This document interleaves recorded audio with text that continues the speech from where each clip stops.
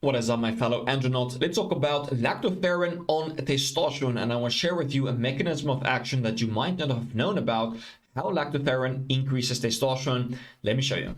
Alright, so first up, what is lactoferrin? Lactoferrin is a protein in human milk, animal milk, and other bodily fluids.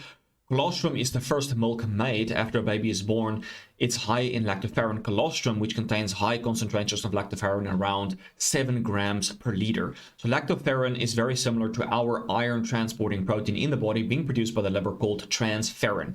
It's also called a lactotransferrin, which you can find as you see here, human milk and animal milk. So it's basically a carrier protein for iron. There are two forms of lactoferrin. You have the apolactoferrin, which is iron deficient. The iron saturation is below 5%. And you got the hololactoferrin. The iron saturation is about 85%. So if you want to reduce inflammation and reduce bacterial overgrowth, and you have an excess amount of ferritin because of the inflammation, you want to use the apolactoferrin. So this one is going to be the best at killing bacteria, antiviral, reducing inflammation, and those kind of stuff. So go for the apolactoferrin form.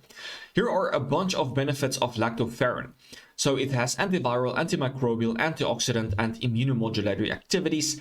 Lactoferrin acts as an innate immune regulator and defense mechanism due to the antimicrobial properties. It balances the regulation of the innate and adaptive immune system to create immune homeostasis.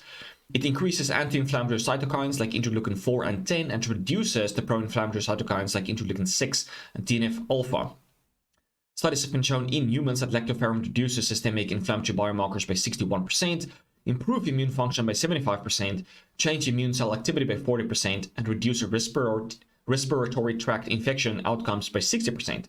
And adults, lactoferrin has been shown to reduce interleukin 6 by 24.9 picogram per milliliter, and the doses used in these studies were between 200 milligrams up to 1 gram per day.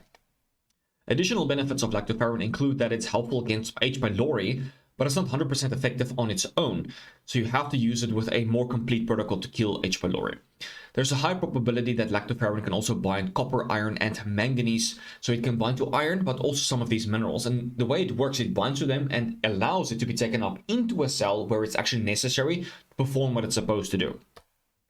It reduces iron availability to bacteria and areas of infection and inflammation, because iron feeds inflammation and bacterial overgrowth. So lactoferrin takes the iron away from that, so it reduces bacterial growth and inflammation. It modulates lipid metabolism, which translates not only to better regulation of satiety mechanisms, but also help fight the tendency of adipose tissue accumulation. So it can help you to lose fat by enhancing satiety and reducing adipose tissue accumulation. It has a protective effect in reducing fatty liver. It has a positive role in reducing fatty liver. It supports the proper functioning of the intestine and increases the absorption of nutrients, thus reducing the risk of getting nutritional deficiencies. It potentiates the effects of some antibiotics like vancomycin. Following the antibiotic therapy, lactoferrin contributes to the restoration of the balance of intestinal microbiota and protects against the multiplication of pathogens and the development of local and systemic inflammation. If you're going to be using antibiotics, lactoferrin would be your go-to helpful supplement. It also helps against gut inflammation and diarrhea, which can also be caused by, for example, antibiotics. Additional benefits. Fungal infections were also significantly less frequent in children receiving lactoferrin. It protects the intestinal epithelium from toxic effects of reactive oxygen species, bacterial toxins, and xenobiotics like NSAID drugs. Also protects against gastrointestinal tract infections, both viral and bacterial, fungal, and protozoal. So it's highly protective. It inhibits the growth of harmful intestinal bacteria, promotes the growth of beneficial bacteria such as Lactobacillus acidophilus, Bifidobacterium bifidum, and thereby maintaining intestinal health by regulating the balance of intestinal flora. Reduces the pain by acting on opioid system, and is also an inhibitor of COMT, thus preventing the excessive breakdown of dopamine and norepinephrine, so it can have a mood uplifting benefit as well. Here are the summary of all of the benefits. Immune modulation, reproduction, antioxidant, DNA protective, anti-cancer, neuroprotective, anti-aging, help with pregnancy, improves the microbiome, and antimicrobial. Really bunch of benefits when it comes to lactoferrin. All right, on to testosterone. There's only 2 animal studies that I could find, none on humans. Here's a study that used 200 and 300 milligrams per kilogram of lactoferrin, which increased testosterone in normal rats as well as chromium toxic rats. So you can see this was the normal group that received lactoferrin. Lactoferrin increased testosterone in a dose-dependent manner. It wasn't like a massive increase, but it still increased testosterone. So that's something.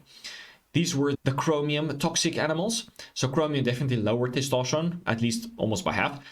And then ferrin increased testosterone, at least restored levels of testosterone. It reduces the harms done by these free radicals, by these toxins, therefore restoring steroidogenic enzyme function, increasing testosterone. In terms of the second study, here they used 100 milligrams per kilogram of human recombinant lactoferrin per rat for 2.5 months, which increased serum and testicular testosterone by basically twofold. It increased the testosterone to estrogen index by 3.6 to 3.8 fold, like a massive increase in that index. The human equivalent dose will be 16.22 milligram per kilogram or 1.6 grams for a 100 kilogram guy.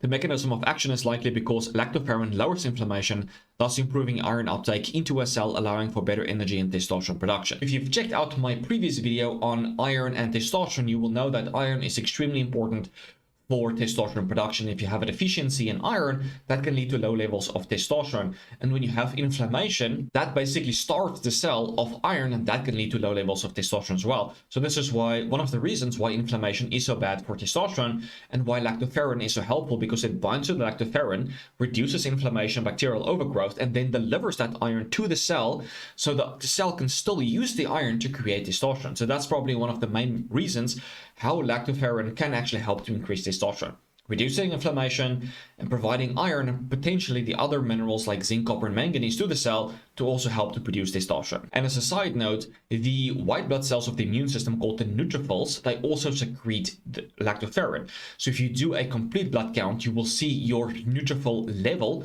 and also the percentage. Your neutrophils need to be around 60% compared to your other white blood cells. If it's below that, or your total neutrophils are low, you might actually benefit from supplementing lactoferrin. Alright guys, I hope you enjoyed this video. It was helpful, you learned something new, and I will check you in the next one. Cheers guys.